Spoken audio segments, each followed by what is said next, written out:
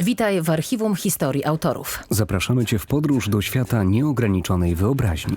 To tu najwybitniejsi polscy twórcy, którymi opiekuje się ZAIKS, zdradzają tajemnice swojego warsztatu. W kameralnych rozmowach z dziennikarkami i dziennikarzami radiowej czwórki opowiadają o swojej artystycznej drodze, marzeniach i twórczości. Osobiste spotkania z autorami pozwolą Ci przenieść się do ich świata i dowiedzieć się czegoś nowego. Może również o sobie.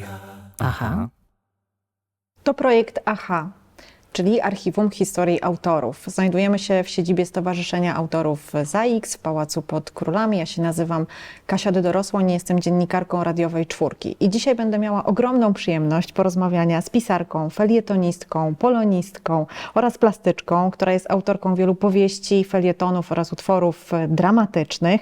Jest bardzo baczną obserwatorką rzeczywistości. Jest specjalistką od relacji damsko-męskich oraz feministką oraz osobą, która niejednokrotnie udowadniała, że warto walczyć o siebie, ale warto także walczyć o innych. Krystyna Kofta dzisiaj jest razem z nami. Dzień Bardzo dobry. dziękuję, że przyjęła Pani nasze zaproszenie. Przyniosła Pani dzisiaj tutaj mnóstwo zdjęć. To są zdjęcia z dzieciństwa, to są zdjęcia z ważnych momentów w Pani życiu. Za chwilę o nich porozmawiamy, ale przy okazji tego, że tych zdjęć jest tak dużo, muszę Pani powiedzieć, że ostatnio wchodziłam na stronę internetowe Muzeum Narodowego w Warszawie i tam oglądałam zdjęcia znanych artystów. Bardzo stare zdjęcia, bo tam na tych zdjęciach był na przykład Matejko, była Olga Boznańska. Jestem trochę młodsza.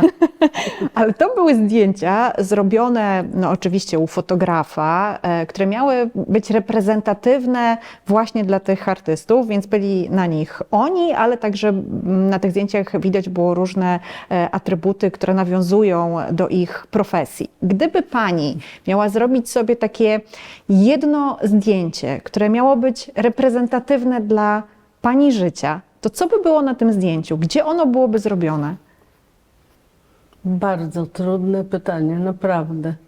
Myślę, że byłoby zrobione w domu i że zrobiłby je mój syn, bo on ma bardzo czułe oko i robi dobre zdjęcia, chociaż jest biologiem, nie ma nic wspólnego z fotografią, znaczy ma tyle wspólnego, że robi nam zdjęcia rodzinne, no i przywozi rozmaite zdjęcia, jak gdzieś wyjeżdża, ale myślę, że to byłoby zdjęcie takie, które ja bym chciała mieć i żeby ludzie zobaczyli, bo w tym zdjęciu byłaby czułość, dlatego, że to byłoby zdjęcie na temat relacji między matką a synem.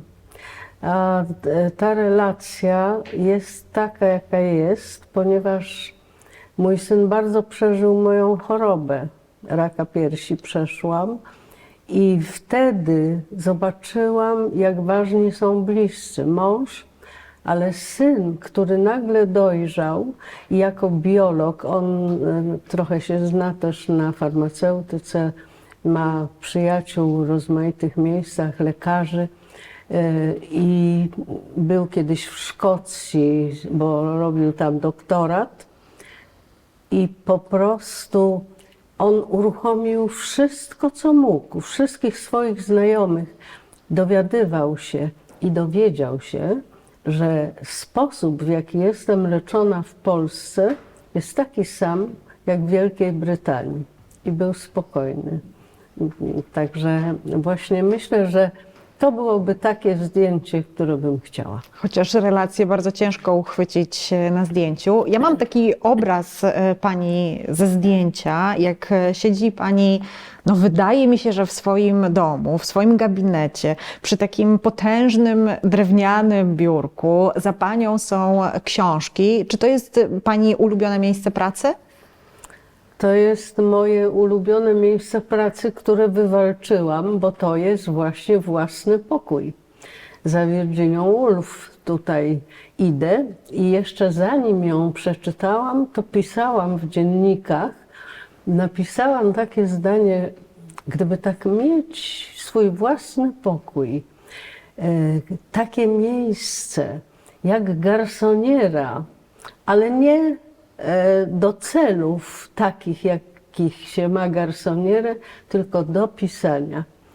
I ja walczyłam o ten pokój całymi latami, bo już syn miał pokój, mąż miał gabinet, a ja pracowałam kątem w tak zwanym dużym pokoju, nazywanym przez ludzi salonem, ale ja uważam, że to nie są salony.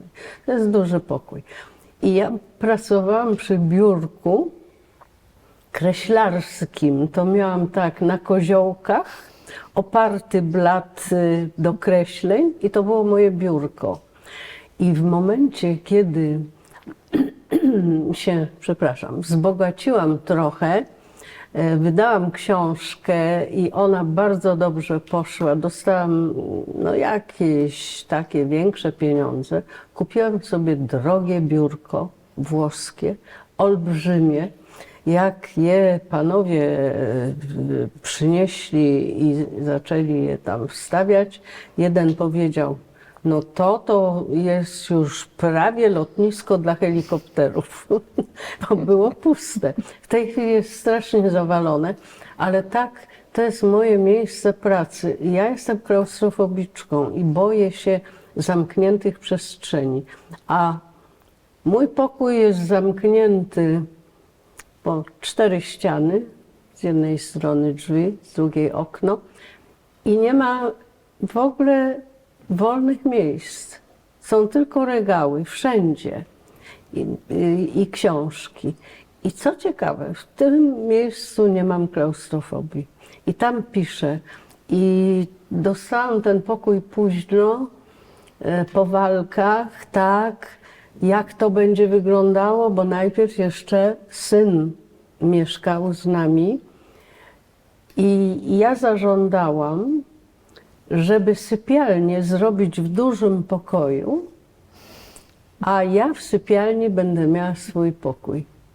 I tak się stało po 3 latach walk. Przychodziły rozmaite osoby, sąsiadki, tam moje znajome, dobre. Mówię, jak to będzie wyglądało w salonie, łóżko. A jak będziesz urządzała przyjęcia? Ja mówię, ale przyjęcia nie są takie ważne. Jak będę urządzała przyjęcia, zdejmę pościel, przykryję to narzutą i będzie się na tym siedziało. No ale to było naprawdę, to było bardzo trudne i nie miałam poparcia kobiet, znajomych, przyjaciółek, w ogóle. To jest w ogóle bardzo ciekawe, co pani mówi. I ja się bardzo cieszę, że pani wspomniała o tym własnym pokoju Virginia Woolf, dlatego że to jest coś takiego, co ja mam z tyłu głowy przez większość swojego życia. Nie mam też własnego pokoju, ale cały czas nie. napawa mnie optymizmem, że może po tym, co pani powiedziała, kiedyś w przyszłości ten własny pokój również będę miała. Virginia Woolf oczywiście poza własnym pokojem mówiła też o własnych pieniądzach, o własnych celach. Właściwie ten symboliczny, własny pokój. Niech mi pani powie, dlaczego dla kobiet to jest takie ważne? Muszą się schronić gdzieś. To w ogóle jest tak, że kobiety dostają najgorsze kęsy jedzenia. Ja mówię trochę symbolicznie, ale robią to same, bo dają dzieciom. Ja pamiętam, jak moja matka chodziła ze mną wtedy to się mówiło do rzeźnika i była szynka, kupowała 2 plasterki szynki, jeden dawała mi od razu, bo byłam dzieckiem niby anemicznym, ona uważała wojenne dziecko anemiczne, strasznie, trzeba je odkarmić, a drugi kawałek zostawiała mi na kolację. A moi rodzice nie jedli szynki, bo nie było pieniędzy. Mój ojciec stracił wszystko. Był tak zwanym przedwojennym burżujem, więc wiadomo było, że po wojnie był gnębiony. Mimo że wszystko stracił, był po 2 zawałach, miał mały warsztacik krawiecki zamiast fabryki konfekcji, której był wicedyrektorem w Berlinie, bo jego ojciec, a mój dziadek Franciszek zrobił go, ponieważ był bardzo zdolny i prowadził tę fabrykę. A tutaj okazało się nagle, że jest jakimś przedwojennym burżujem. Ja pamiętam scenę, opisałam ją zresztą dużo rzeczy, o których mówię, jest opisanych i one są prawdziwe w Wiórach. Scenę, kiedy matka wyjmuje mnie z łóżeczka. Miałam takie łóżeczko, mieliśmy tylko jeden pokój, ja z rodzicami. I wyjmuje mnie z łóżka, bierze na ręce, mimo że ja już miałam chyba z 5 albo 6 lat, ale nie miałam takiego dużego łóżka, tylko spałam jeszcze w tym łóżeczku. Bo przyszli panowie w czerwonych krawatach i takimi szpikulcami nakłuwali materace w łóżku moich rodziców i w moim łóżeczku, myśląc, że tam znajdą złoto, które ten przedwojenny burżuj ukrywa, albo jakieś skarby, nie wiem co. No, w każdym razie takie wspomnienie to nie jest przyjemne. Zwłaszcza, że widziałam, jak ojciec pobladł, ile go to kosztowało, jakie to było straszne. Mój ojciec powiedział potem, że wszystkie reżimy gnębią zawsze tych samych ludzi. I potem ja to usłyszałam, mówił to Klemens Szaniawski. To niesamowite, ale tak było. I rzeczywiście to jest takie wspomnienie, ja tego nie mogę zapomnieć. Znaczy to jest gdzieś tam, to wszystko jest w tym magazynie, powiedzmy, nieświadomości, świadomości, ale takiej już zepchniętej do nieświadomości, której się ciągle nie przywołuje. Ja to właśnie dzisiaj przywołuję, dlatego że rozmawiamy o moim dzieciństwie. I to było takie, ale dzięki temu byłam też bardzo twarda, ale bardzo się bałam o ojca.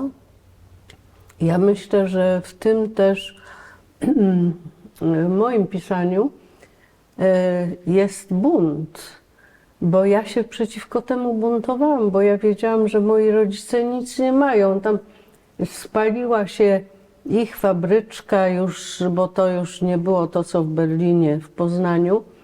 I zostały ze 3 maszyny, które się nie spaliły, Singera, stare. Jedną mam w garażu, taką, na której nie szyję, oczywiście, bo nawet nie umiem. I wszystko się spaliło i zostały 2 worki guzików. I te guziki, potem myśmy jako dzieci i moje rodzeństwo i wszyscy, i cała rodzina, też jacyś kuzynowie, kuzynki, wszyscy mieliśmy te guziki przyszywane do wszystkich rzeczy. To były bardzo fajne guziki. No, więc, ale to są takie anegdoty, natomiast nie jest anegdotą coś takiego, że mój ojciec nosił zawsze w kieszeni wysuszone sucharki chleba. To znaczy w piecu kaflowym, który mieliśmy, była taka wnęka zamykana i tam układało się, matka kroiła takie kromki chleba, się je układało, ten chleb się suszył i mój ojciec zawsze miał w kieszeni i mi dawał kawałek takiego chleba. Nigdy moi rodzice nie narzekali. Ojciec powiedział tak: ty masz się tylko uczyć, bo to jest jedyna rzecz, której ci nie zabiorą. I ja to wiedziałam od małego.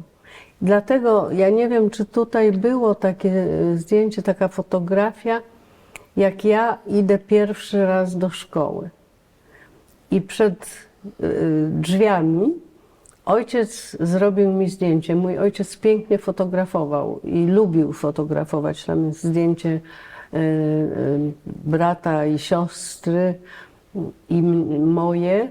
I robił trochę tych zdjęć. One zaginęły. Moje starsze rodzeństwo odziedziczyło te albumy, ale to gdzieś oni nie przywiązywali takiej wagi do tego. I tam jest zdjęcie z pierwszego dnia szkoły. I to był taki ważny dzień, że oboje rodzice zaprowadzili mnie pierwszego dnia do szkoły. Dostałam taką torbę cukierków i od tego dnia miałam się uczyć. I się uczyłam bardzo dobrze w podstawówce do czasu, potem już było gorzej. Teraz jak pani o tym mówi, to mam taki obraz z literatury Eleny Ferrante, z Genialnej przyjaciółki, gdzie po prostu ten wątek edukacji dziewcząt zwłaszcza, to jest po prostu coś, co jest fundamentem po prostu wszystkiego, co potem dzieje się w naszym życiu. To jest coś niezwykle istotnego. Nie każdemu, myślę, nie każdej dziewczynie po wojnie było to dane, więc super, że miała pani takich rodziców, którzy jakby rozumieli jakby moc po prostu edukacji i tego, że to właściwie ta edukacja jest w stanie nas wynieść gdzieś wyżej w przyszłości. Pani przyszła na świat 3 grudnia 23 grudnia 1942 roku. To był Poznań i to był jeszcze czas wojny. Było bombardowanie. Matka piekła mimo wszystko pierniki. Mieszkaliśmy na 3. piętrze, kiedy zaczęło się bombardowanie, nie wiem, coś się zaczęło i wszyscy zbiegli do schronu i została tylko położna, mój ojciec i matka. Ja się wtedy urodziłam i myślę, że moje lęki klaustrofobiczne, czasami tracę równowagę, a nie mam problemów z błędnikiem. Że to jednak jest obciążenie wojenne. I potem też po wojnie my dzieci na podwórku żyliśmy tą wojną. I wydaje mi się, że wtedy tak było. Te zabawy. Niemiec to był ktoś straszny. Ja ciągle nie mogę się przekonać tak zupełnie do niemieckości. To było tak, moi rodzice, nie rodzice, ale ojciec i dziadek mieszkali w Berlinie i tam mieli fabrykę konfekcji i byli bogaci, zamożni. I jak tylko wojna się skończyła, pierwsza, to od razu dziadek, jedziemy do Polski. Dziadek był wielkim patriotą i tak dalej. No i przyjechali. I od razu plajta, no bo Berlin to było miejsce takie, gdzie szyły, tam był dom mody i fabryka konfekcji, szyły sobie śpiewaczki operowe na przykład. Ojciec opowiadał o tym, bo to akurat o tym to mówił, jak zdejmował miarę, one były takie przy kości bardzo, takie miały czym śpiewać i on zawsze mówił na przykład 149, ale wiedział, że w obwodzie jest 156. I matka potem, to znaczy wtedy matka ojca zapisywała to. Więc takie były. To jest naczelna zasada miary. No tak. Zawsze były, krawiec tak. dodaje przynajmniej kilka centymetrów. No tak, to jest niesamowite. I stamtąd były różne wspomnienia te berlińskie i to były dość dobre wspomnienia ojca. Ojciec jeszcze nie przeżył faszyzmu w Niemczech, no bo oni wrócili w 21 roku, zwinęli tę fabrykę i wrócili do Polski, więc tego nie było. I ojciec oczywiście chodził do niemieckiej szkoły, mówił jak Niemiec po niemiecku i chciał mnie nauczyć niemieckiego. I uczył mnie najpierw jeszcze jak byłam mała, miałam 6 lat, bo poszłam wcześniej do szkoły, to uczył mnie z gazety Berliner Zeitung. I ja się nauczyłam nauczyłam się czytać po niemiecku. Poszłam do szkoły, do podstawówki, koniec. Język Hitlera, nie będę się uczyć. i nigdy się nie nauczyłam niemieckiego, chociaż moi rodzice, żeby mnie rozumiała o różnych rzeczach, jak mówili, takich trefnych dla dziecka, a że jakaś jest w ciąży z kochankiem, a że tam ktoś jest pijany. I ja się nauczyłam takiego języka właśnie, Języka takiego plotek? dziwnego, tak. Ale była jedna rzecz, która też zaowocowała we mnie tak gorzej niż straszne baśnie, bo to była prawda. Ja uważam, że za wcześnie nasi nauczyciele zabrali nas do Oświęcimia. I te rzeczy, które tam widziałam, te stosy butów, tu okulary, tu włosy, to po prostu ja to przeżyłam jak jakąś straszną baśń, która jest prawdą. Ja się tego bardzo bałam. Mi się śniło to. Ja uważam, no nie wszystkie dzieci tak reagowały, ale wiele dziewczynek, tak. Bo to była podstawówka, to było za wcześnie. No także zawsze miałam problem. Właśnie mój brat świetnie mówił po niemiecku. No, starszy brat, bo ojciec go nauczył. Nawet był tłumaczem, ponieważ pracował w jakichś niskich temperaturach, więc takimi rzeczami się zajmował, o których ja nie miałam pojęcia, ale jeździł ze swoim szefem, który ani B, ani my, po niemiecku, więc jeździł na zachód. No, ale A tutaj nawet jest chyba zdjęcie pani właśnie Tak. z rodzeństwem, które było dużo starsze. to zdjęcie to jest, to byłam już w podstawowej szkole, w pierwszej albo w drugiej klasie. Moja siostra pracowała, robiła małą maturę. Brat był w służbie Polsce, został wcielony do służby Polsce. Był tak zwanym chyba junakiem, ale na tym zdjęciu widać coś, co spowodowało mój feminizm. Bo moja siostra była bardzo zdolna, bardzo chciała się uczyć, ale pieniędzy było mało i ojciec stwierdził, no, że syn musi pójść na Politechnikę, a mojemu bratu nie chciało się uczyć. Poszedł na tą Politechnikę, ale wyszedł z niej, zaczął pracować, chciał mieć własne pieniądze, jakoś się kręcił przy teatrach studenckich i nie skończył studiów i był zawsze sfrustrowany. A moja siostra w końcu zrobiła małą maturę, dużą maturę, jakieś kursy księgowości, była naprawdę niezwykle zdolna, łebska bardzo. No, ale dla niej nie było pieniędzy. I tutaj właśnie mamy ten wątek feministyczny. Więc zawsze widzieli rodzice, że ja jestem taką duszą artystyczną, powiedzmy, i że w ogóle nie było mowy, żeby mnie do czegoś zmusić. Może by i chcieli. Matka pewnie chciała mnie nauczyć szycia. Nie było mowy po prostu.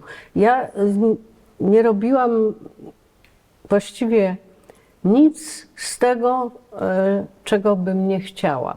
Oprócz takich rzeczy pewnych, no takich najważniejszych, priorytetowych, to znaczy jak wiedziałam, że ojciec chory, że trzeba się czymś zająć, byłam bardzo chętna do takich robót. Natomiast nigdy nie zajmowałam się takimi pośrednimi rzeczami, które uważałam za pośrednie, bo one nie są, bo dobre krawiectwo to jest w ogóle super.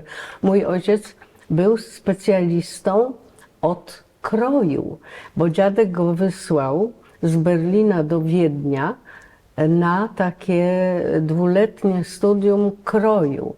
I mój ojciec świetnie wykrawał, a matka to potem zszywała i nawet w tym małym warsztaciku robili to razem No potem ojciec miał te zawały, to właśnie to wszystko tak wyglądało. Ale zamiłowanie do mody, mam wrażenie, że z Panią Tak. pozostało i daje Pani temu wyraz bardzo często Tak. w tekstach, w felietonach. Bardzo często Pani podkreśla albo co ma na sobie, albo co mają na sobie Dobre kobiety, marki.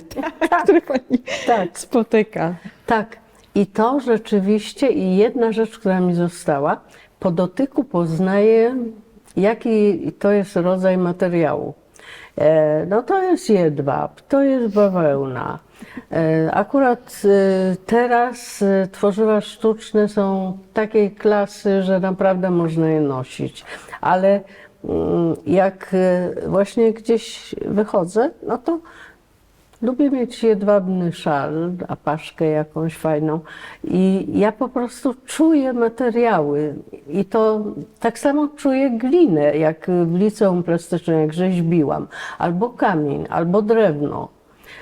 W każdym razie materiał jest niezwykle ważny. I Tak, tkanina to jest w ogóle Tak, podstawa, ale ja jak na Panią patrzę, ale też jak widzę Pani zdjęcia, ale też jak patrzę na Pani prace plastyczne, to też widzę jakieś takie ogromne zainteresowanie i zamiłowanie do koloru. Nie każdemu to jest dane. ja lubię kolory. Z tym, że w liceum to malowałam, myśmy mówili na to sosy, że się maluje w sosach. To są takie ciemne kolory, jakieś takie. Nie podobały mi się moje prace licealne z liceum plastycznego i niestety chciałabym mieć, została mi jedna, jakieś okropne takie, to jest okropna praca, siedzi taka dziewczyna z gitarą, mogłaby być wesoła, w kolorach, namalowałabym teraz zupełnie inaczej, a ona jest w takim błocie cała. Nie wiem dlaczego tak było, ale w każdym razie to liceum plastyczne dało mi wiele, bo to niesamowite i cieszę się, że poszłam tam, mimo że chodziłam do liceum żeńskiego, bo matka uważała, że dziewczynka powinna odebrać dobre licealne wychowanie. To była wtedy żeńska szkoła. Chodziłam do tej żeńskiej szkoły 2 lata i ja mówiłam, że byłam bardzo dobrą uczennicą w podstawówce, w 1. klasie tego liceum zamojskiej. W 2. po prostu wszystko siadło. Przestałam się uczyć w ogóle. Nie chciałam tam być. I miałam niedostateczny z matematyki, a wtedy były takie czasy, że z jedną oceną niedostateczną nie przechodziło się do następnej klasy. I wiedziałam, że nie przejdę do następnej klasy i wtedy powzięłam postanowienie sama, bez udziału rodziców, właściwie nikogo. Poszłam do liceum plastycznego, do dyrektora. Zawsze wiedziałam, że jak chce się coś załatwić, to trzeba iść od góry, a nie do sekretarki. Więc powiedziałam, że się chcę spotkać z dyrektorem Edwardem Kurzyńskim. Jego nazwisko wspominam zawsze z czułością. Ona zapytała, jesteś umówiona? Ja mówię, nie, ale na pewno dyrektor mnie przyjmie, bo mam coś ważnego do zakomunikowania. Byłam bardzo bezczelna. No i ona powiedziała, że dyrektor będzie za godzinę, ja zaczekałam. Miałam blok pod pachą, bo ja rysowałam w tym liceum plastycznym, nawet oni mnie nieźle traktowali. Miałam tam nawet wystawę w takim okrągłym holu. Było mnóstwo moich szkiców, rysunków. Ja wzięłam to pod pachę i przyniosłam do dyrektora. Dyrektor obejrzał i mówi, no dobrze, ja mówię, ale ja nie chciałam zaczynać od początku. I powiedziałam mu, że ja tutaj zostałam na 2. rok, ja nie wrócę do tej szkoły, ja nie będę się tam uczyć, ja chcę przyjść do tej szkoły. On powiedział, no ale to musisz zdać te wszystkie egzaminy. No i powiedziałam, że zdam je. I moi rodzice nie wiedzieli, bo ja zawsze chodziłam rysować naturę, tam do zoo, zwierzęta. Więc ja wychodziłam z tym blokiem, a ja szłam i zdawałam egzaminy ze wszystkich tych przedmiotów, bo oni mi zaliczyli wszystkie przedmioty z ogólnokształcącego liceum, natomiast z tych przedmiotów z historii sztuki, z kompozycji, brył i tak dalej. I ja to wszystko zdałam i rozpoczęłam naukę od września. Mówiłam moim rodzicom, bo oni pytali po 2 miesiącach, czy nie ma jakiejś wywiadówki, więc muszę powiedzieć, że byłam straszną oszustką. Miałam dzienniczek, w którym podrabiałam podpisy rodziców, pieczątki. Umiem robić pieczątki, robiłyśmy potem z moją przyjaciółką, jak były potrzebne, żeby na przykład obiad zjeść gdzieś, no bo ja jako córka burżuja nie miałam prawa do stypendium, więc no, żeby gdzieś tam coś dostać, no to nauczyłyśmy się. Moja przyjaciółka ze mną, ta, która robiła te fotografie właśnie piękne, no to żeśmy się tego nauczyły, a ja wcześniej właśnie już w tym dzienniczku podrabiałam podpisy nauczycieli, podrabiałam podpisy rodziców, pokazując nauczycielom. Miałam 2 takie dzienniczki. Byłam naprawdę, no takim powiedzmy bądź w spódnicy. Ale i to jest dziwne, dlatego to mówi o tym, że człowiek potrafi dużo rzeczy zrobić i kłamie też, oszukuje, jak musi. I ja potem nigdy już nie kłamałam. No może komuś nie powiedziałam czegoś. Na przykład ja wiedziałam, że ktoś jest chory, to nie mówiłam mu tego, że źle wygląda czy coś. Nie mówiłam nic, ale nigdy nie kłamałam już.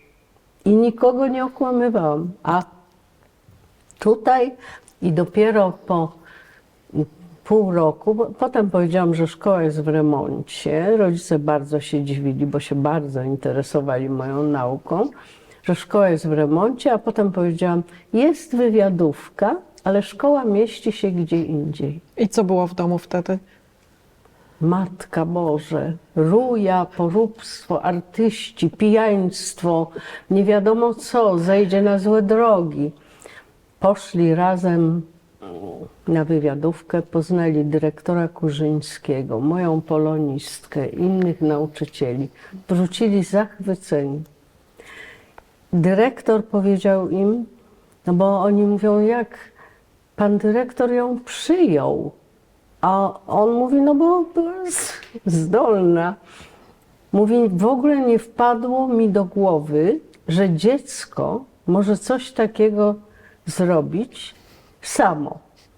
No więc ja od tamtego czasu zawsze namawiałam właściwie młodzież, żeby nie zawsze słuchała rodziców, bo miałam wokół siebie córki lekarzy, synów prawników i wszyscy ci rodzice chcieli, żeby ich dzieci szły w tym kierunku, a dzieci nie miały ochoty, ale większość oczywiście tak robiła i jest nieszczęśliwa.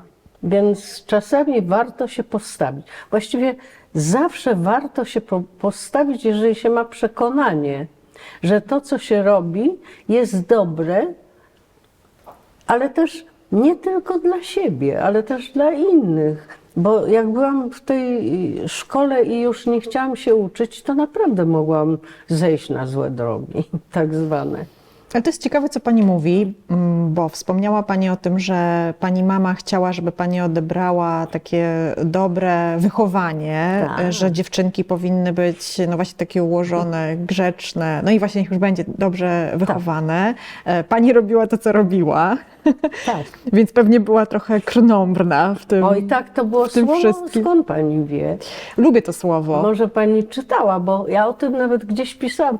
To było ulubione słowo mojej matki na określenie mnie. Ja mam- Jesteś krnąbrna. To jest bardzo ładne słowo. Ja mam teraz jeszcze taką wersję unowocześnioną tego Tak? słowa, którą wymyślił mój mąż i czasem mnie określa tym słowem, mówi krnąbrnica. O, dobre.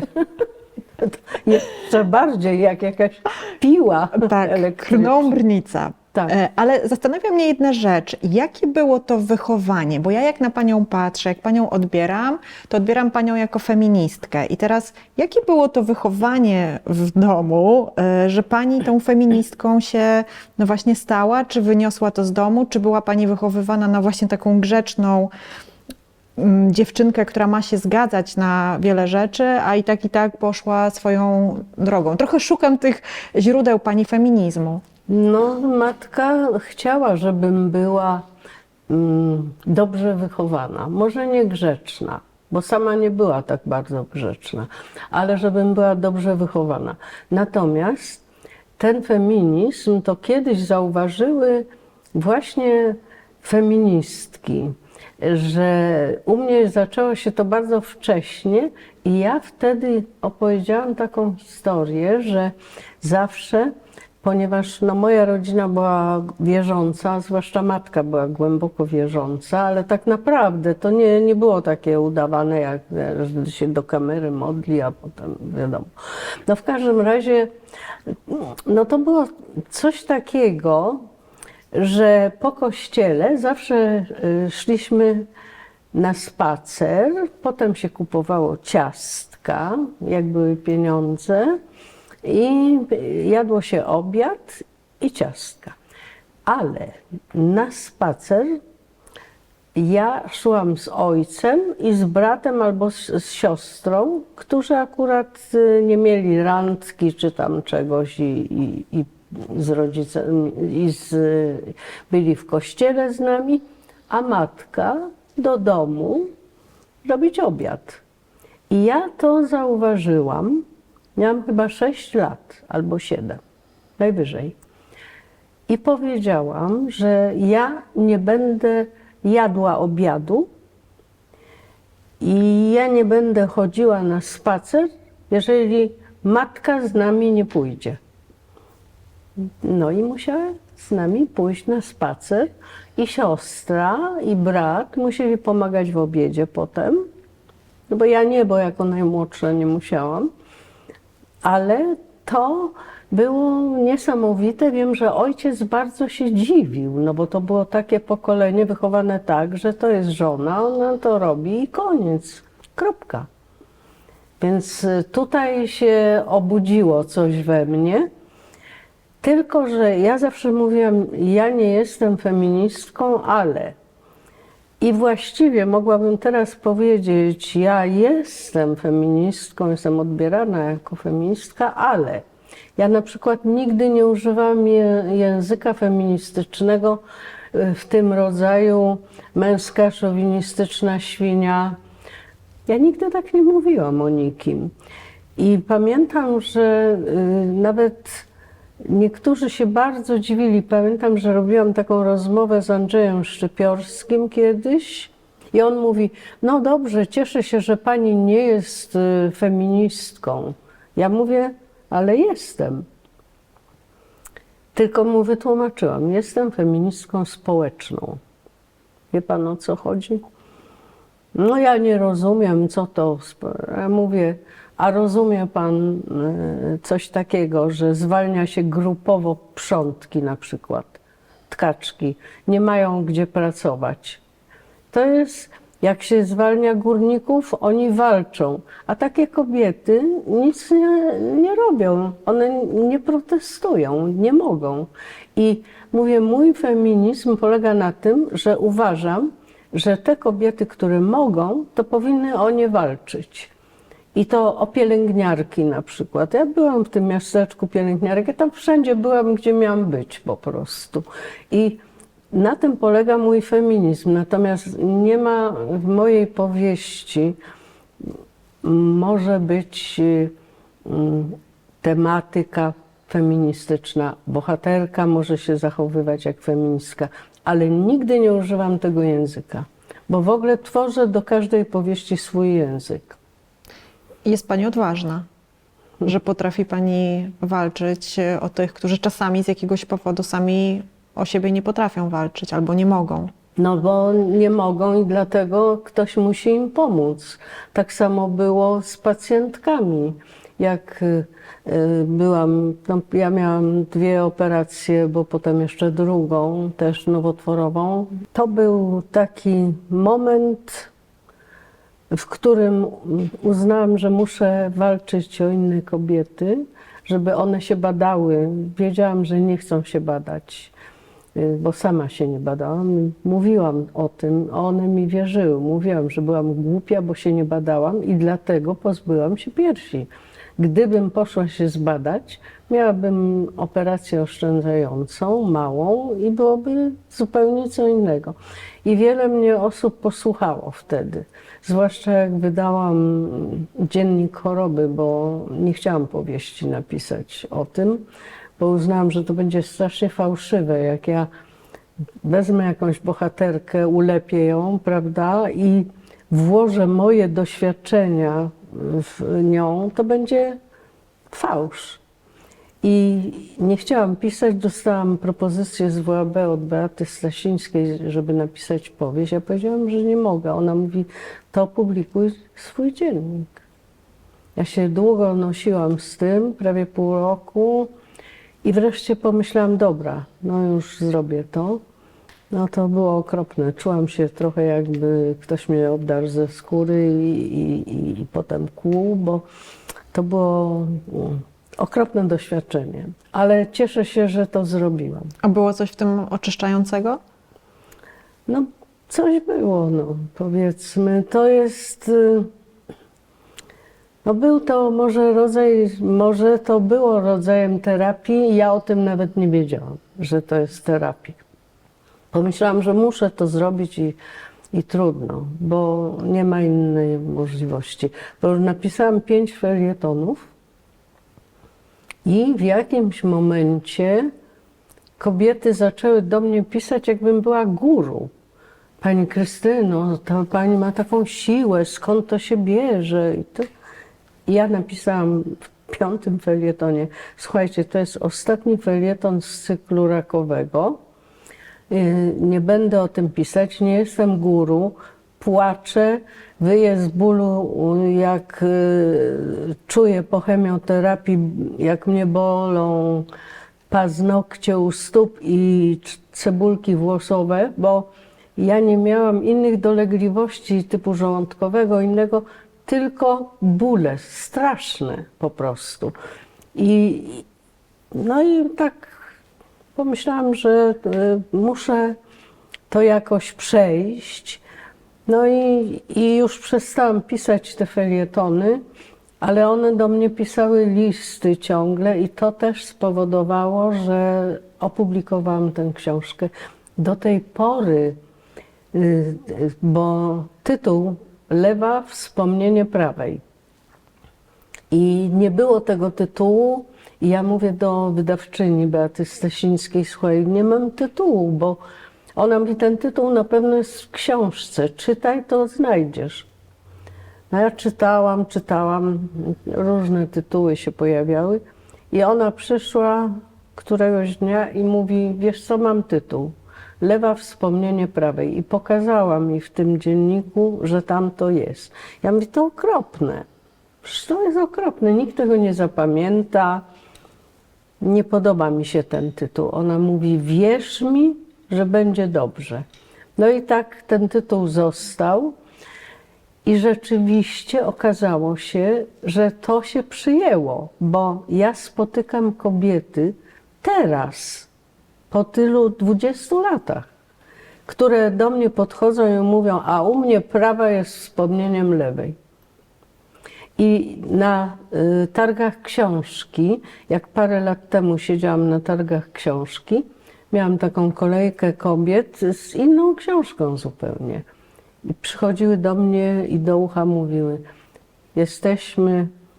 jedziemy na tym samym wózku, jesteśmy siostrami, bo ja kiedyś pisałam siostry o takich kobietach. O, i to w tym był ten feminizm, ale to była ta bliskość. Ale ja taką bliskość czuję do chorego mężczyzny też, więc to jest trochę wszystko problematyczne.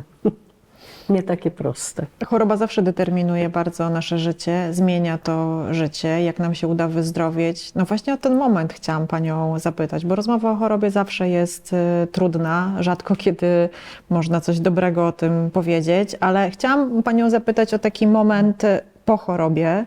Sama ostatnio przeżyłam, no nie tak poważną chorobę, ale jednak i z tego wszystkiego najbardziej zapamiętałam ten moment taki właśnie, jak już wyszłam na prostą. Taki po prostu jakby oddech, taki po prostu coś absolutnie wspaniałego, coś w rodzaju euforii. Czy Pani coś takiego przeżyła po chorobie? Tak jakby się po prostu dostało jakiś second life? Jak wróciłam do domu, nie mogę. Pocałowałam komputer w swoim pokoju. No naprawdę, to było coś niesamowitego. Ale, że jestem zdrowa, mniej więcej, no bo ja uważam, że nikt nie jest zupełnie zdrów.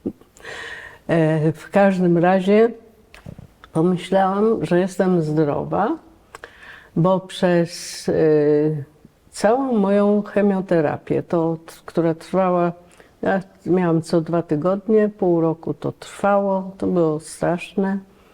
Mąż siedział przy mnie pierwszego dnia, syn woził mnie czasami na chemię, przyjeżdżał ze mną, zwalniał się ze szkoły, jest nauczycielem, więc brał zastępstwo kogoś. I to tak trwało przez pół roku.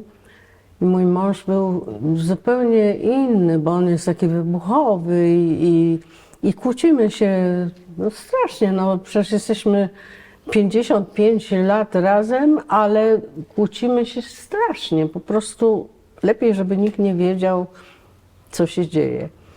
I po pół roku ja sobie siedzę na leżaku i nagle on przychodzi i zaczyna na mnie krzyczeć. Ja mówię, co? Myślisz, że ja już jestem zdrowa? I zaczęliśmy się śmiać. On mówi, tak, już jesteś zdrowa. No i się zaczęło normalne życie. I tak to było. No ale właśnie ten moment, kiedy wróciłam do własnego pokoju i potem przyszedł syn i pamiętam, jak staliśmy, jak tak objęci, syn, mąż i ja, jak oni po mnie przyjechali. Jeden moment, a drugi wydawnictwo Czytelnik. Ja tam mam swój stolik od wielu lat, bo to był tak zwany młody stolik, który teraz jest starym stolikiem, bo stary stolik to był Konwicki, Irena Szymańska, Holubek, no, Głowacki tam z nimi siadał, a potem przychodził do naszego stolika. Więc był stary stolik i młody stolik.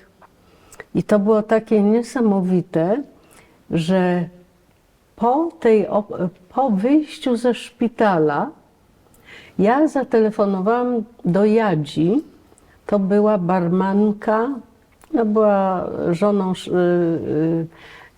tam wiceszefa wydawnictwa w ogóle. I ona po prostu uwielbiała tę pracę, bo znała wszystkich pisarzy, była ze wszystkimi na ty. Wspaniała kobieta. I ja do niej zatelefonowałam, powiedziałam, Jadziu, wyszłam, niebawem do was przyjdę. A ona mówi, przyjdź dzisiaj, upieczemy ci kaczkę. Ja się spłakałam, oczywiście ona się spłakała. No i ja mówię do męża, do syna, no to jedźmy tam. I pojechaliśmy. Pierwsze, co zrobiłam, pojechałam do Czytelnika i dostałam kaczkę. No ale jest coś takiego, że jak się wraca po chorobie, to też bardzo docenia się moim zdaniem tych ludzi, którzy są wokół nas. Nagle po prostu zaczyna się ich jakoś intensywniej i bardziej zauważać. Tak jakby się po prostu już wiedziało, że no, może być tak, że nie będziemy ich widywać z powodu choroby. Także Tak, to jest tak. taki, no naprawdę to jakby się dostawało zupełnie drugie życie. Ale nie wiem, czy pani zauważyła, że to też zmienia wrogów w przyjaciół. Wiedziałam, że ktoś mnie bardzo nie lubi. Była taka artystka jedna, plastyczka, bardzo dobra. I wiedziałam, że ona uważa, że ja jestem zarozumiała i że wyniosła, bo ja trzymałam dystans, bo ja czasami z niektórymi ludźmi trzymam dystans.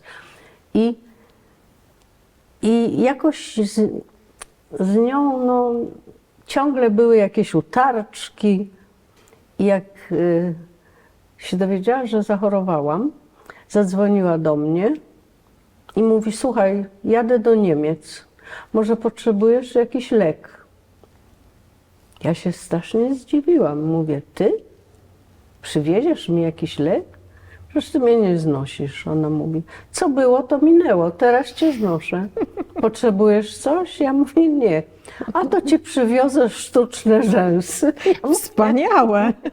Cóż, to No cudowny bo nie prezent. miałam, bo wiedziała, no nie miałam brwi, rzęs, nie ma się. To jest dobre dla brunetek, bo nie muszą golić nóg, bo więc takie żarty takie bywały już. No w każdym razie to było dosyć dziwne i takie były dwie osoby. Jeszcze jeden facet, który mnie nie lubił i potem jakoś do mnie się przekonał i się lubimy do tej pory. Przyjaźń jest dla Pani ważna w życiu? Umie się Pani przyjaźnić i pielęgnuje Pani przyjaźń? Ja uważam, że przyjaźń to jest miłość.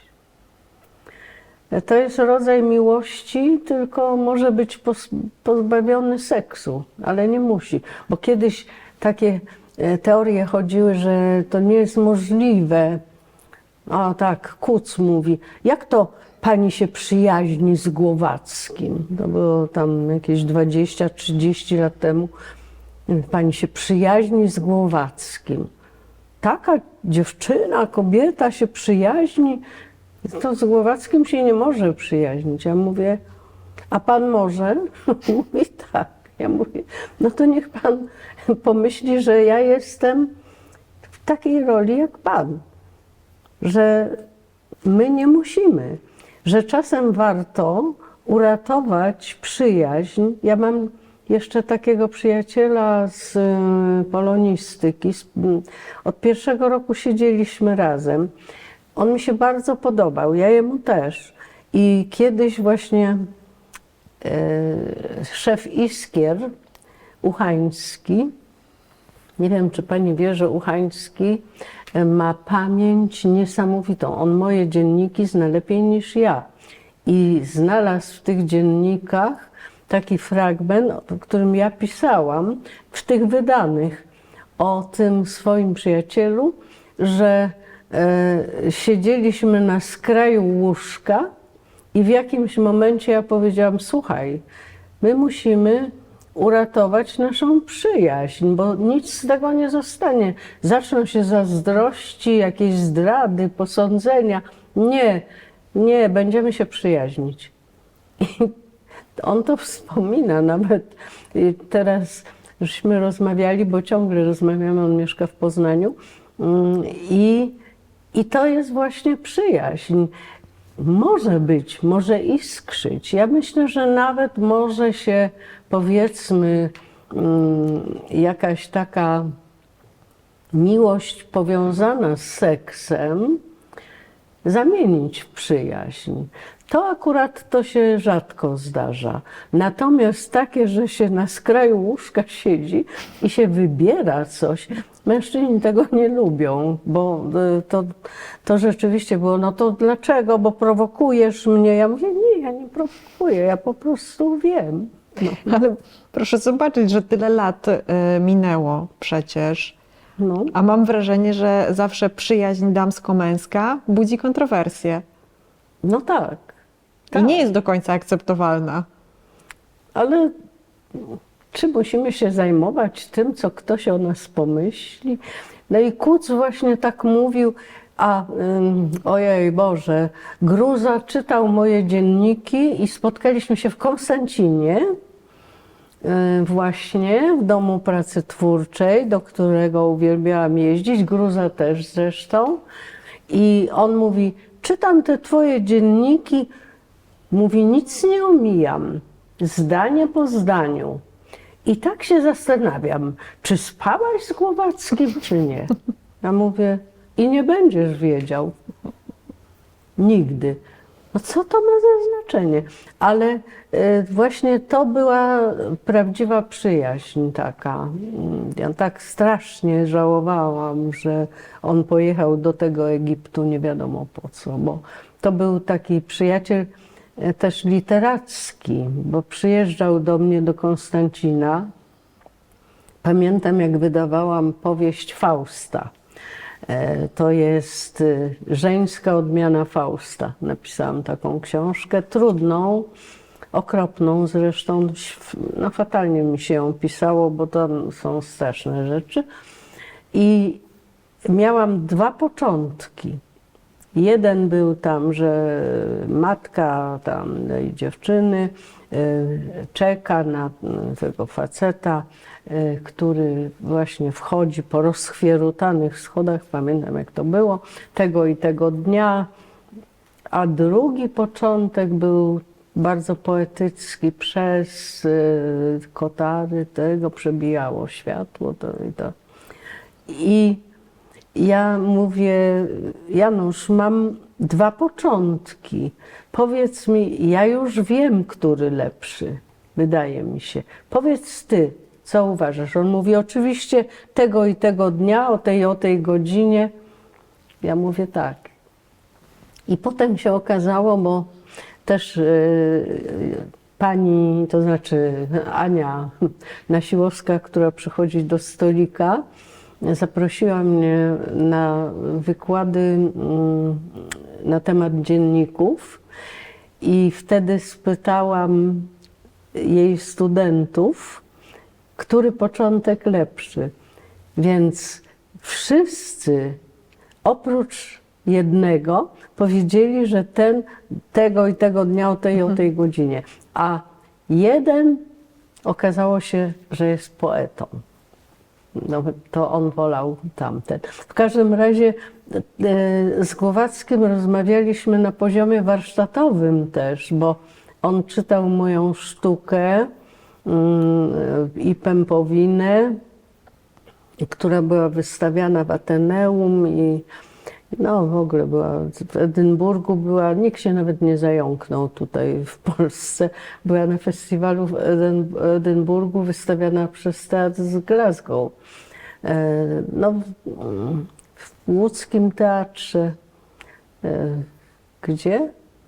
W Melbourne chyba? Nie, w Adelaidzie, ale nie poleciałam na promocję sztuki. No w każdym razie on czytał i mówił mi, to jest dobra sztuka, możesz ją zanieść do tego, albo ja dam, jak chcesz, żebyś sama nie chodziła, ale ja nie chciałam, ja wysłałam po prostu do Ateneum i wzięli to. I tak robiłam zawsze, że raczej nikt mi nic nie załatwiał. To Jonasz, mój szwagier, mówił, pisz bratowo, ja ci to umieszczę. I to weszło do naszego domowego języka, ponieważ on nigdy nie musiał mi niczego umieszczać. Ja nawet nie chciałam pisać pod nazwiskiem Kofta. Dlaczego? I pisałabym pod swoim panieńskim nazwiskiem, ale poszłam do literatury, bo tam przyjęli fragment mojej powieści Pawilon Małych Drapieżców i ja mówię, ja bym chciała publikować pod swoim nazwiskiem panieńskim raczej. Jonasz był już znany wtedy, nie chciałam, myślę, to chyba lepiej będzie tak. A on mówi, ten redaktor mówi do mnie tak: wie pani co, tak nawet lepiej, bo po 68 roku, wie pani, to są te zaszłości, to jest to nazwisko, no takie felerne, lepiej. Ja mówię, tak, to ja chcę Kofta. No i tak zostało. I mówię mojemu mężowi, że z przypadku jego nazwisko jest na moich książkach. Wśród wielu zdjęć, które dzisiaj Pani przyniosła, które są ważne albo które po prostu przetrwały w Pani archiwum, jest takie, które no, budzi wielkie moje zainteresowanie. Jest przepiękne, pięknie Pani na nim wygląda, absolutnie fantastyczna fryzura. To przy okazji jakiej sytuacji to zdjęcie zostało zrobione? To było zdjęcie zrobione na castingu, można powiedzieć, PRL-owskim oczywiście, na modela fryzjerskiego. Tak to się nazywało. Byłam modelem fryzjerskim, nie modelką fryzjerską, tylko modelem fryzjerskim. I poszłam z moją przyjaciółką Małgosią na to, żeby ją wspomóc, bo ona się na to zgłosiła i fotograf zrobił zdjęcia jej i moje i w końcu mnie zaangażowali, a jej nie. Było tak. Ale ona się nie obraziła, bo powiedziała, że ona nie jest taka fotogeniczna, ale okropne jest to zdjęcie. Jak pani może mówić, że jest fajne? Podoba mi się. Taka fryzura na... Ale oni szanowali moje włosy, bo mam tam, nie mam tych zdjęć, bo je rozdałam, takie zdjęcia z taką, to się nazywało chałka, taka plecionka, to robili mi z jednej strony i fotografowali profil, a z drugiej strony inną fryzurę, żeby nie męczyć mi włosów. A długo ta przygoda trwała? No, miałam 3 sesje i rok żyliśmy z tego. To było opłacalne. No było opłacalne, no bo mogłam czytać, studiować potem, no bo to było jeszcze po liceum, chyba przed Toruniem i potem już wyszłam za mąż, a to jeszcze procentowało. Wśród pamiątek, które Pani tutaj przyniosła, też pocztówka. Dlaczego ona jest dla Pani ważna? To jest kartka, którą mój ojciec dostał od swojego ojca z frontu, bo wcielili go do Wehrmachtu oczywiście, no bo mieszkał w Niemczech. I co ciekawe, to jest pisane gotykiem. Mój brat świetnie zna niemiecki, nie mógł tego przetłumaczyć. Pytałam przy stoliku tłumaczki, pytałam tłumacza z niemieckiego, nikt nie potrafi tego przetłumaczyć. No ja tutaj mogę czytać Lieber Sohn i to jest, wiem, że drogi synu, ale potem dalej, no i Vater. I to jest i tu jest stempel poczty wojennej, to jest 21 grudnia 1916 roku. Więc to jest to i pióro ojca to jest ta epoka. A pióro ojca ile ma lat? Pióro ojca ma przeszło 100 lat. Już niestety mogę nim pisać, tylko dobre pomysły zapisuję, ale mogę nim pisać tylko maczając w kałamarzu, bo już ma zepsuty tłok i też nikt nie potrafił tego naprawić. Ojciec dostał to od dziadka, to jest, tu widać, to jest stary pelikan. Bardzo stary, taki mały, nie widziałam takich teraz. I nikt nie potrafił, byłam na Złotej w takim miejscu, gdzie kupuję czasem pióra i też naprawiają mi, ale nie potrafili tego też naprawić. Może kogoś znajdę, ale nie potrzebuję naprawy. Mogę pisać, mam kałamarz z dobrym atramentem. mogę pisać tym. A to zdjęcie to jest zdjęcie z wystawy? Tak, Pani to jest prac? zdjęcie to są zdjęcia z mojej wystawy w Poznaniu, bo ja rysowałam, jak to się mówi, siedziałam z dzieckiem w domu. Jak wiadomo, z dzieckiem się nie siedzi, ale właśnie jak Wawrzyn był malutki, to rysowałam więcej niż pisałam. I miałam 28 rysunków wielkości, wie pani jaki jest Bristol, format taki duży. 28 rysunków, głównie ptaki, jakieś potwory. I to wystawili mi w Poznaniu, w Empiku Poznańskim. I potem część niestety sprzedałam tych rysunków, ale to też no nie żałuję, bo sprzedałam. Facet miał na imię Hilmar i został wzięty do mojego pawilonu małych drapieżców jako Hilmar. I kupił ode mnie 3 rysunki takie duże. Ja strasznie żałowałam. On był Niemcem, więc nie bardzo chciałam mu sprzedać, ale on mieszkał w Hiszpanii i miał galerię w Cadaqués i powiedział, że powiesi te rysunki między Salvadorem Dalim a Picassem. No to mnie trochę osłodziło. A tak zrobił? Tak. Nie wiem, bo nie byłam tam, ale wiem, że ktoś był w tej galerii i widział. No to akurat miło z jego strony. No tak. Bardzo.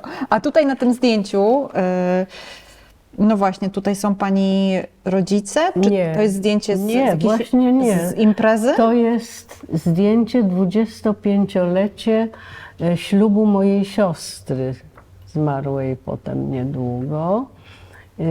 Ona, jej mąż i mój brat, ojciec i teść i brat to świadkowie ich. Tak, tak.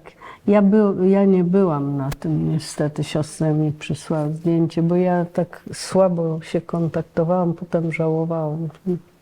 Myśmy się zaprzyjaźniły z moją siostrą dopiero wtedy, kiedy ona zachorowała.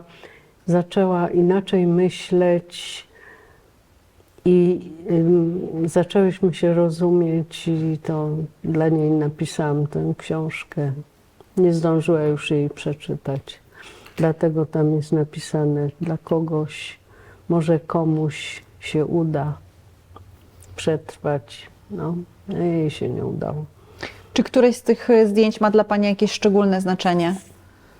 Z ojcem, nie wiem, czy ono tu jest. Tu było takie zdjęcie, ale nie wiem, czy ono jest. Zdjęcie. Tutaj, nie wiem, To tu są. i tu jak była chyba To pani taki malutka. rzeźbiarz, to jest tam w liceum. To zdjęcie na pewno ma wartość, bo to jest z synem. To zdjęcie To jest chyba. zdjęcie ojca. Bardzo mało mam zdjęć ojca, ale miałam zdjęcie z tatą takie na kanapie, ale tu go nie widzę. No, chyba nie znalazłam go. Może jest gdzieś. O, a to jest zdjęcie z liceum.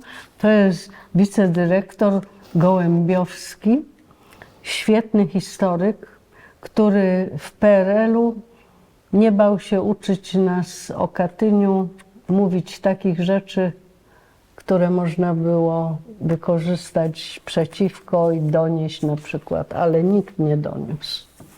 Także no było też coś takiego, takie porozumienie nasze, uczniów.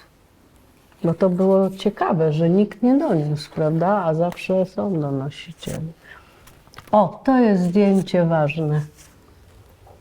Pierwszy dzień do szkoły. To wtedy ojciec powiedział: masz się uczyć, bo tylko tego nikt ci nie zabierze. To. No tu pobożny to wiadomo. Chciałabym wrócić do momentu, który jest tutaj uwieczniony na zdjęciach. Mówiłyśmy o przyjaźni. Przyjaźni ma się Pani nie tylko z mężczyznami, ale również z kobietami. I jedną z Pani przyjaciółek była fotografka, która no między innymi Ona zrobiła jest plastyczką, malowała bardzo pięknie. Byłyśmy razem w liceum plastycznym. Bardzo się przyjaźniłyśmy.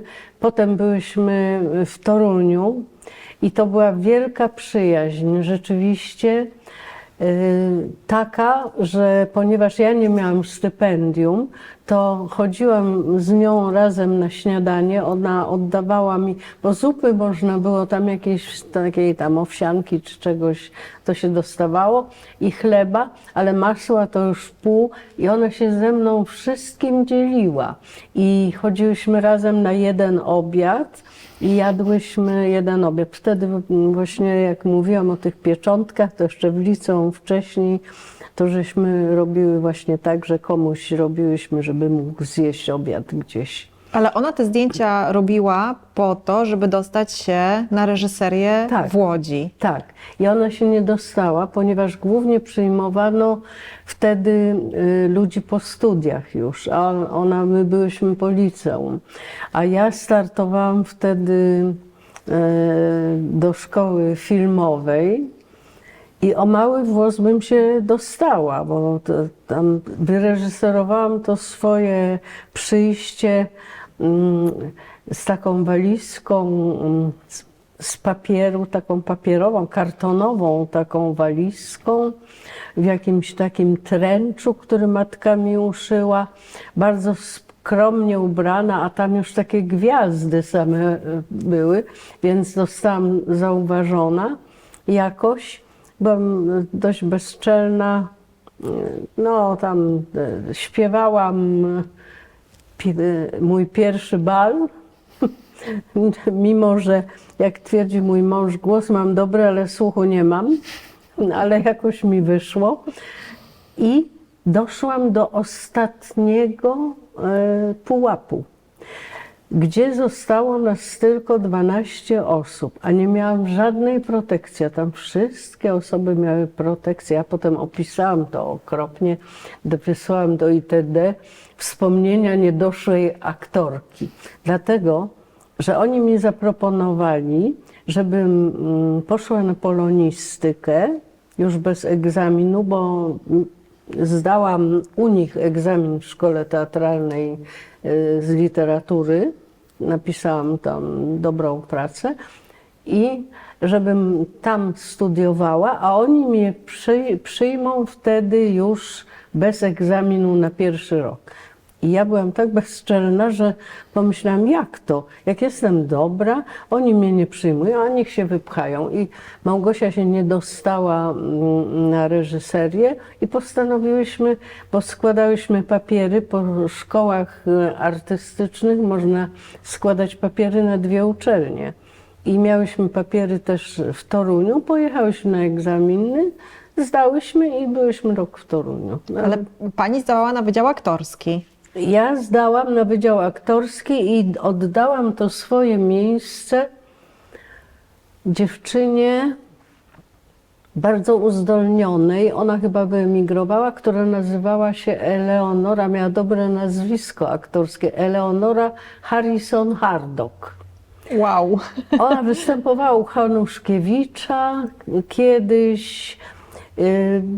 I ja jej oddałam to znaczy oddałam jej to miejsce. Nie wiem, jak to było możliwe, ale w każdym razie wskoczyła na to moje, bo ona też była jedną z tych 2 osób, ale nie zaproponowano jej pójścia na polonistykę. Nie wiem, chyba nic jej nie zaproponowano.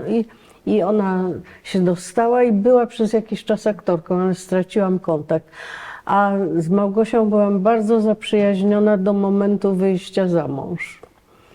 Bo wtedy myśmy robiły straszne takie historie różne w Poznaniu, no jeszcze przed hipisami chodziłyśmy w długich sukniach jej matki, w kapeluszach po ulicy z psem jej. No w ogóle urządzałyśmy różne party dziwne. Na przykład z książki telefonicznej teraz to ja bym się chyba bała, a wtedy no jakoś tak... Party z książki telefonicznej, czyli z przypadkowymi osobami? Jak nam się nazwisko podobało, a nam się to jakiś Zamojski, myślę, o Boże, jacy głupi ci arystokraci, jakiś inny jeszcze, a to taki, owaki.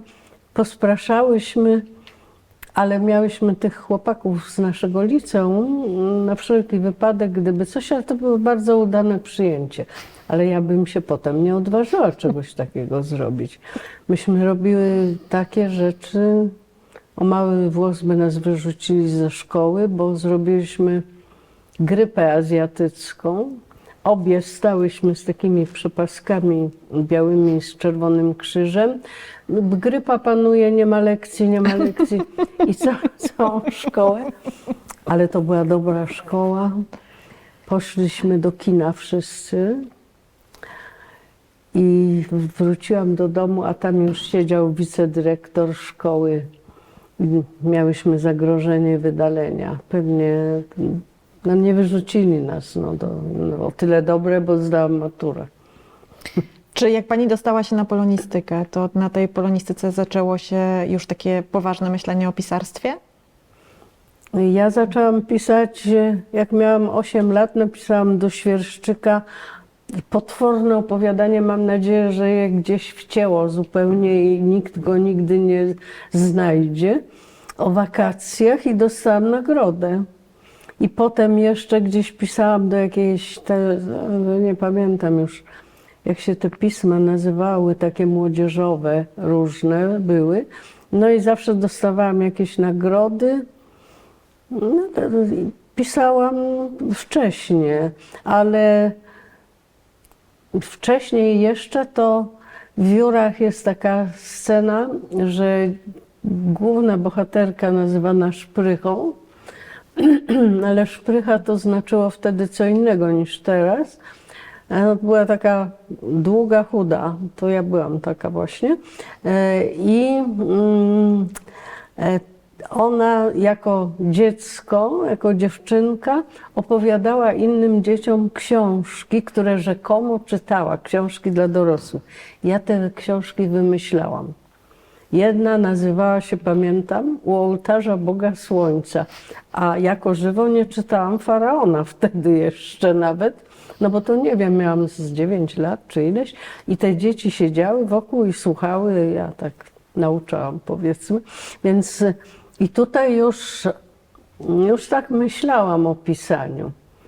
Pisałam jakiś dzienniczek, zaginął, potem pisałam w liceum dziennik, który dałam na przechowanie pewnemu studentowi zaprzyjaźnionemu prawa, ale jak to prawnik wyjechał za granicę, zabrał to, uciekł gdzieś i nie odzyskałam nigdy tego dziennika. Także to był pierwszy dziennik, którego nie mam, ale mam od 1966 roku. Tak. Co się musi takiego wydarzyć w głowie, albo jakie cechy muszą się złożyć na to, żeby w ogóle być pisarzem? Co trzeba posiadać? No niektórzy mówią, że trzeba posiadać dar, talent, ale z drugiej strony niektórzy twierdzą, że pisarstwo to jest coś, co można wytrenować, tak jak rysowanie na przykład. Tak, i dlatego powstają takie warsztaty, gdzie ludzie uczą się pisania historyjek takich. Ja nie wiem, ja nie potrafię na to pytanie odpowiedzieć, bo ja mogę powiedzieć o sobie, co mnie do tego jakoś skłoniło. Ja myślę, że to, że ja obserwowałam, że byłam dzieckiem starszych rodziców i obserwowałam chorobę ojca, jego zawały, bo ja wtedy się bardzo uwrażliwiłam i bardzo dużo czytałam. I też to, że moi rodzice, którzy byli wtedy naprawdę biedni, to jednak kupowali mi książki. I ja bardzo dużo czytałam. I niektóre z tych książek mi się nie podobały i uważałam, że ja bym napisała lepiej. Zmieniła zakończenie albo, no nie wiem, no tak było. I to jest coś dziwnego, dlatego że potem czytałam normalnie już, jak czytelniczka. No na polonistyce 360 książek rocznie. No więc przeszłam przez to. I czytałam, z jednych pamiętałam więcej, z innych mniej. Część miałam przeczytanych wcześniej. Natomiast teraz czytam tak jak kiedyś, jak byłam mała. To znaczy czytam czynnie. Czytam i prawie wszystkich autorów poprawiam. Ostatnio taką autorką, której nie poprawiam, jest Ernaux, noblistka, i czuję z nią jakąś bliskość. Nie poprawiałam Ferrante, tych pierwszych książek, a te następne to już potem, bo ja czytam wtedy, kiedy mnie coś wciąga i wciąga mnie od pierwszej do ostatniej strony. A jak nie, to nie kupuję takiej książki. Ja już patrzę w księgarni. Strona 10, 35, taka. Nie, odkładam. Wiem mniej więcej, co jest dobre. Po 5 minutach. A co jest dobre? To, co jest dobre. To, co jest dobre, co jest dobrze napisane i co ważne, dobrze przetłumaczone. Bo teraz na przykład z angielskiego świetnie tłumaczy Jerzy Kozłowski i wiem, że jak on tłumaczy, to nawet jeżeli książka jest nie w stylu, który lubię, to mogę ją przeczytać dla warsztatu, dla uczenia się. Teraz czytałam Wellness. To jest świetna książka, świetna. I Niksy, tego samego autora. Więc to jest naprawdę świetne. I od tłumaczenia zależy sukces książki. Ja uważam, że Tokarczuk miała świetne tłumaczki, na pewno, i że Ernaux u nas też miała świetnych tłumaczy. Także to jest dobre. A czym w ogóle dla Pani jest literatura? Literatura jest podstawą pewną do myślenia, bo bez czytania nie byłabym na pewno tym, kim jestem. I ja wiem, że można przeczytać jedną książkę i zostać prezydentem, albo nie przeczytać żadnej i zostać kimś bardzo ważnym, zarabiać pieniądze, ale zależy, czego się chce. Czego się chce.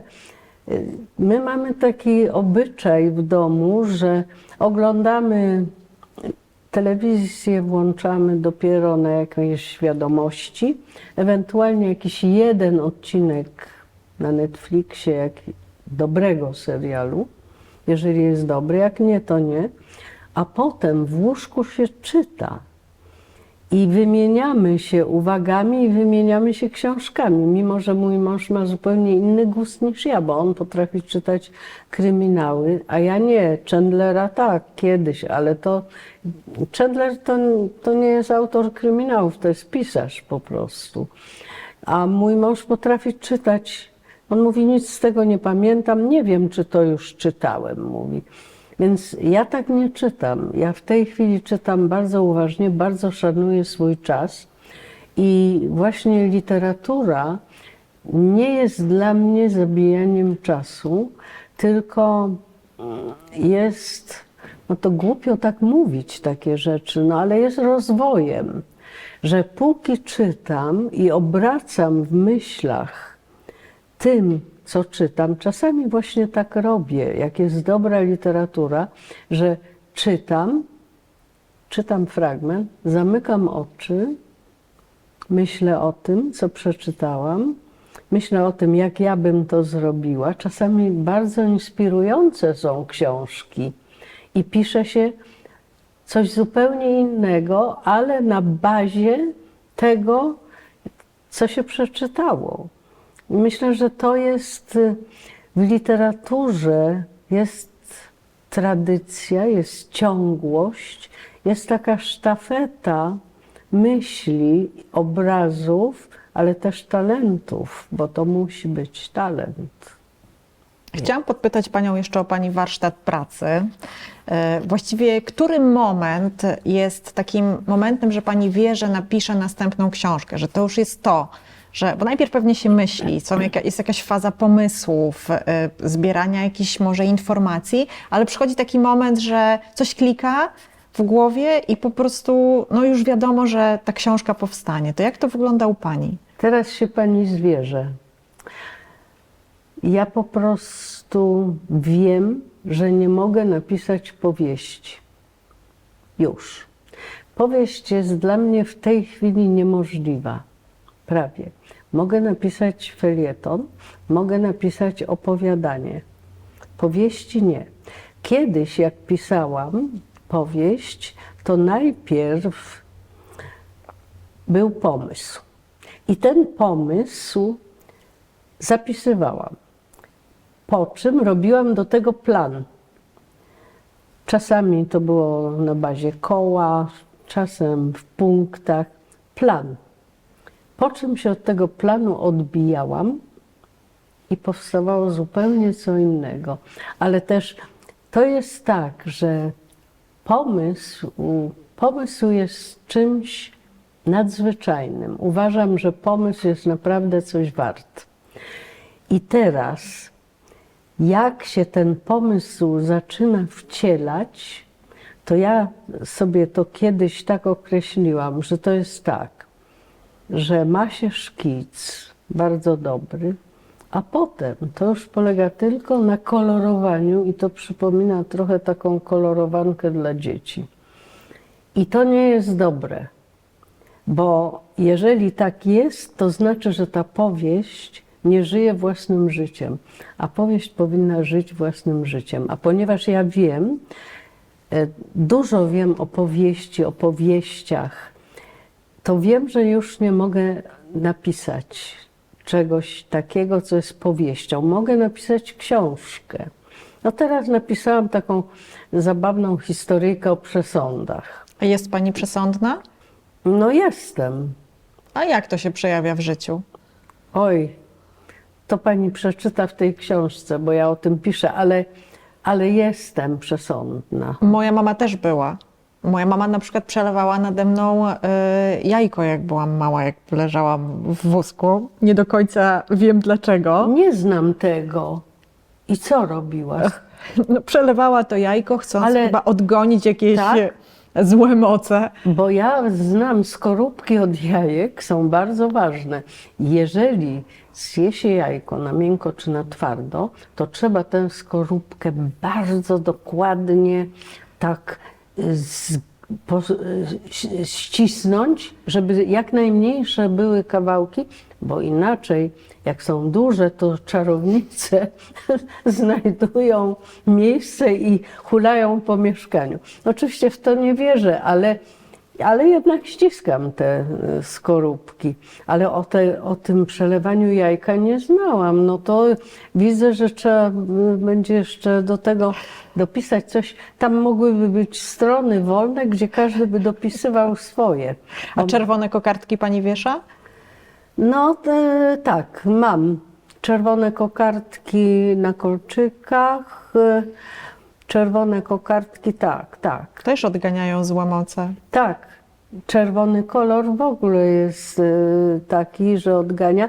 Na przykład jest taka japońska projektantka mody, która po śmierci matki przewiązała swoją torbę czerwoną wstążką i to jej pomaga przetrwać żałobę, ale też przynosi szczęście. No i rzeczywiście Prada się nią zainteresowała, zaprosiła ją do siebie, no i już jest jakaś współpraca i tak dalej.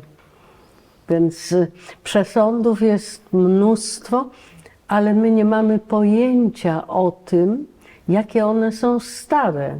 Jak przesąd o czarnym kocie. To jest z Teofrasta, 250 lat przed naszą erą. Ja nie mogę zdradzać całej książki. No. Wracając jeszcze do samego pisarstwa, chciałam zapytać, wspomniała Pani o tym w rozmowie, że do każdej książki tworzy osobny język. Tak. To jest jakaś umiejętność techniczna? Czy w ogóle do pisarstwa podchodzi się też technicznie? Młynarski tak podchodził do swojego pisarstwa. On mówił, że on to trenuje. On po prostu siadał codziennie i po prostu pisał ileś tam zdań. I ja też jestem zdania, że pisarstwo można wytrenować. w No dużej można, mierze. ale po co? Ja myślę, że trenować nie, trzeba ćwiczyć. To jest tak, jak Mozart miał 4 lata, to wiadomo, już był Mozartem, już potrafił w głowie ułożyć muzykę. Jak ktoś jest muzykiem, malarzem, ale pisarz też. Pisarz też tworzy w taki sposób. Ja uważam, że warsztat jest czymś nadzwyczajnym. Warsztat jest właśnie tym, o czym pani mówi, że można się nauczyć i wyćwiczyć, ale to każdy, myślę, powinien w swoim zakresie robić. Jak ja pisałam, jedyny romans, jaki napisałam, Ciało niczyje, pisałam to o chorobie, to moja siostra umierała na raka właśnie wtedy i pisałam to dla niej o uleczeniu cudownym. I tam była też historia taka stara, jeszcze no to była historia z czasu, powiedzmy, późnego średniowiecza. I ja stworzyłam język, no, po polonistyce. Wzięłam się nareszcie za naukę tego i gramatykę historyczną. Napisałam list zakonnika z 1300 któregoś roku. Ja, Johannes Lazar, piszę wam to, tamto. I po tym, jak to napisałam, wysłałam do mojego kolegi z roku, który jest archiwistą, mój kolega z roku jest archiwistą średniowiecznym. Wysłałam mu ten list i żeby poprawił. Mam to, te poprawki. On napisał, napisałeś wspaniały list, to jest jak apokryf, można by to opublikować.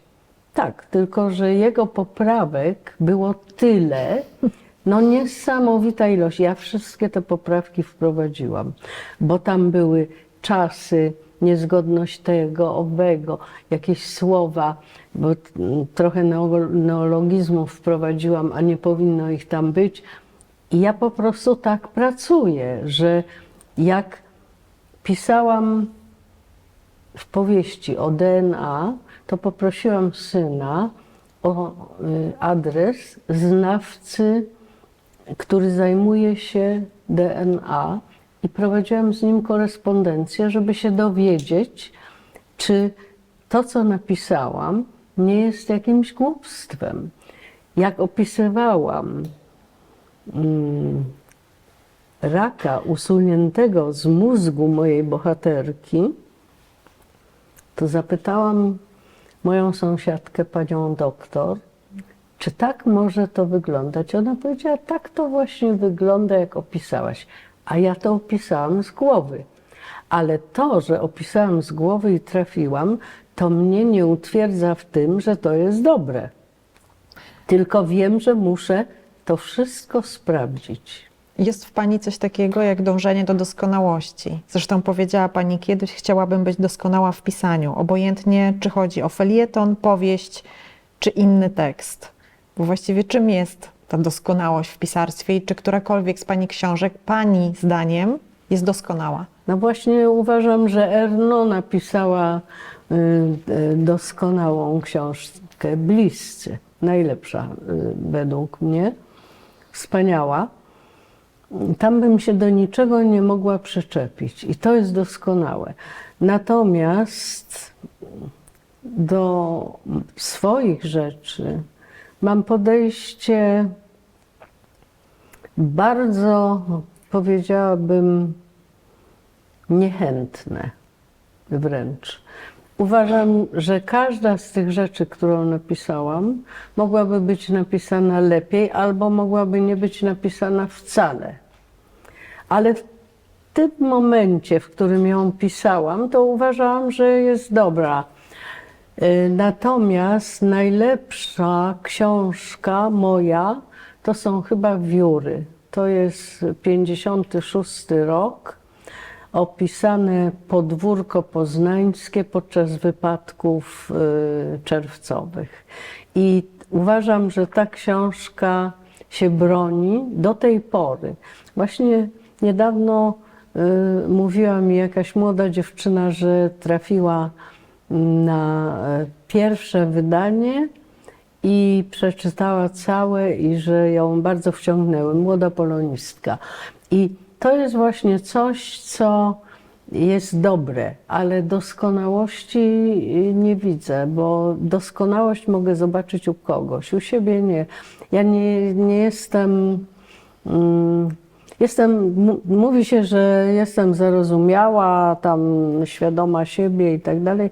To jest nieprawda, bo jak się siada nad pustą kartką albo przy ekranie, przed ekranem laptopa, no to człowiek czuje pokorę.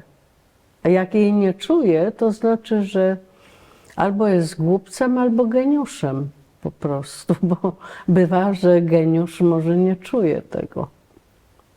Czy w swojej karierze pisarskiej, a wiem, że tak, pisała Pani w domach pracy twórczej? Tak, to są, no właśnie mam tutaj kawałki z domów pracy twórczej. Tu mam taki dziennik. To jest dziennik 2016-17 i jestem od 29 czerwca w Konstancinie, w przechowalni. Mirur, czyli mój mąż, wyjechał wcześniej, był kilka dni temu tu i na zjeździe, teraz jest w Edynburgu, to tak, wraca za 2 dni do Warszawy, leci do Granady. Każda podróż z międzylądowaniem, będę się denerwować, nienawidzę wakacji.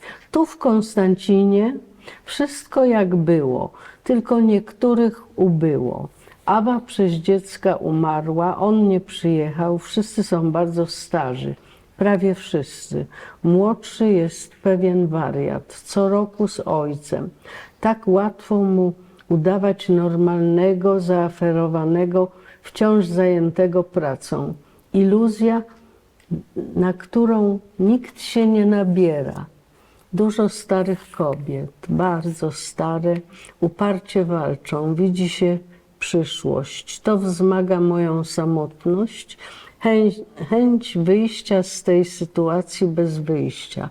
Opowiadają kule, balkoniki, wózek, na nogach własnych, powolnych, procesyjne, tip-top dookoła, potem po parku.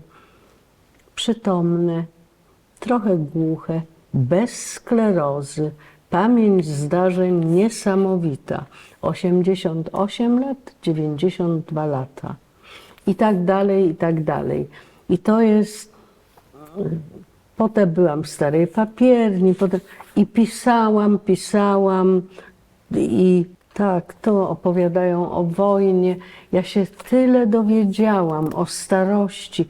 Ja mówiłam właśnie, że lubiłam jeździć do tych domów pracy twórczej, bo bez względu na wiek byłam zawsze najmłodsza. I jak 20 lat temu jeździłam, to mówili, co pani taka młoda kobieta tu robi?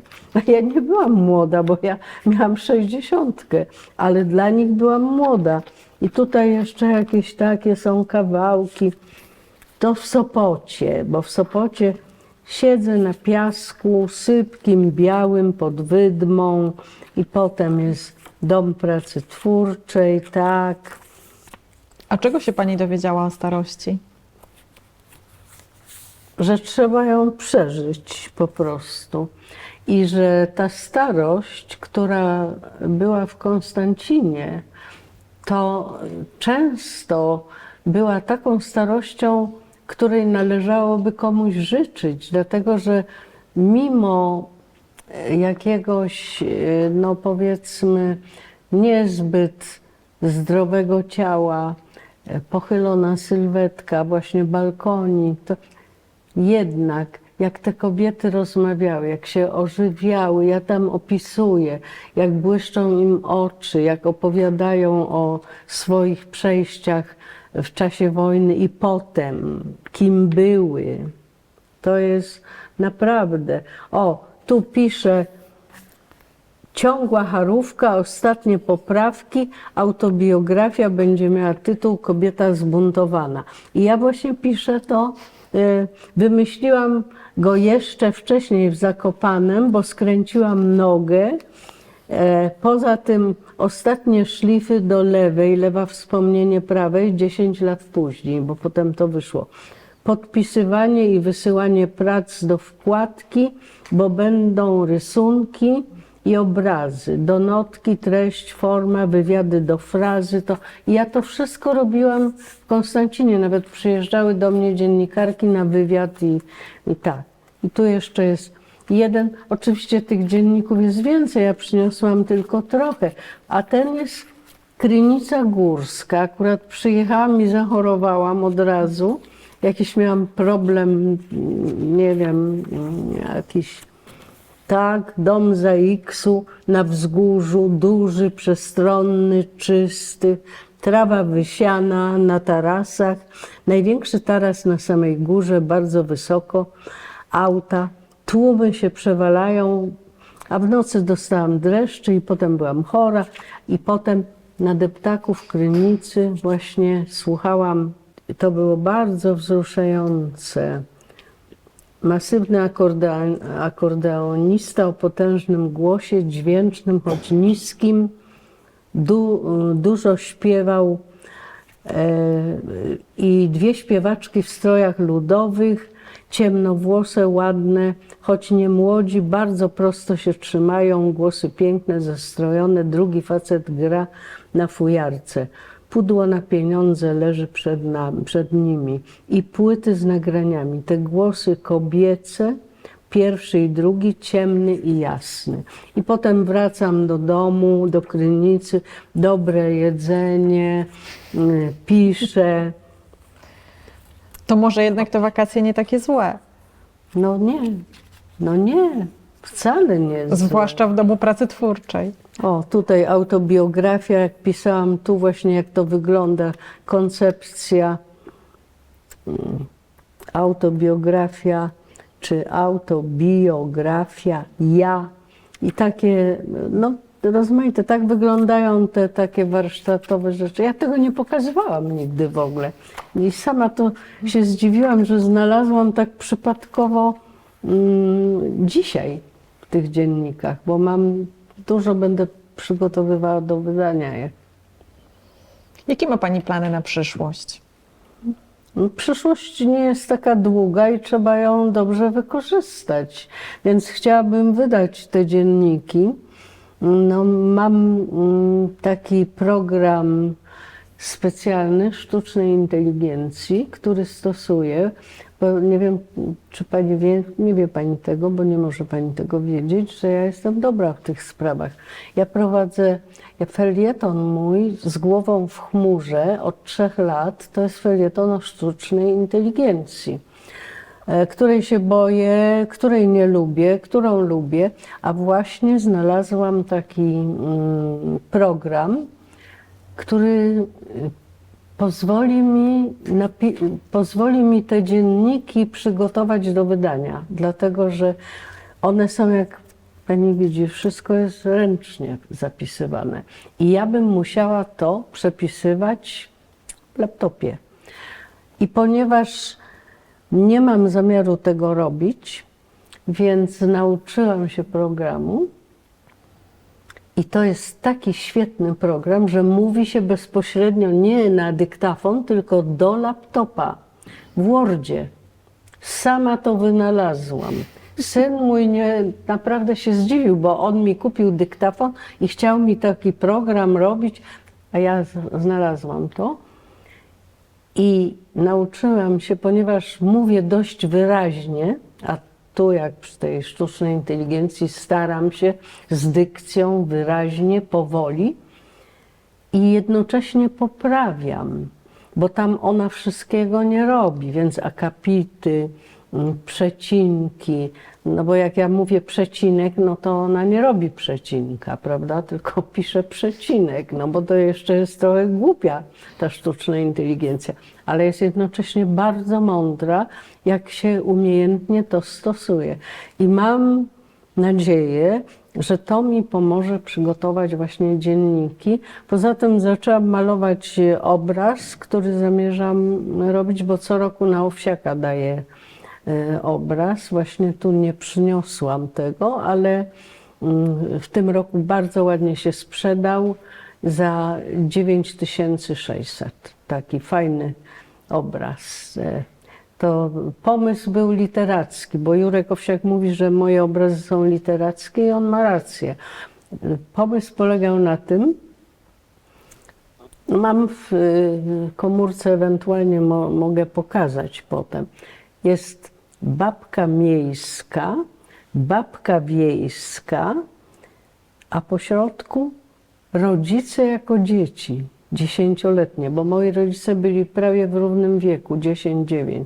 Więc i to jest właśnie pomysł, nigdy nie mogło to się zdarzyć, ale to zostało namalowane i to bardzo fajnie się sprzedało. Trochę żałuję, no bo zawsze chciałoby się mieć swoje, ale nie wiem, kto kupił, ale jestem zadowolona i od 4, bo pretendowałam książki, różne gadżety, a teraz od 5 lat daję zawsze obraz. To czego pani życzyć na przyszłość?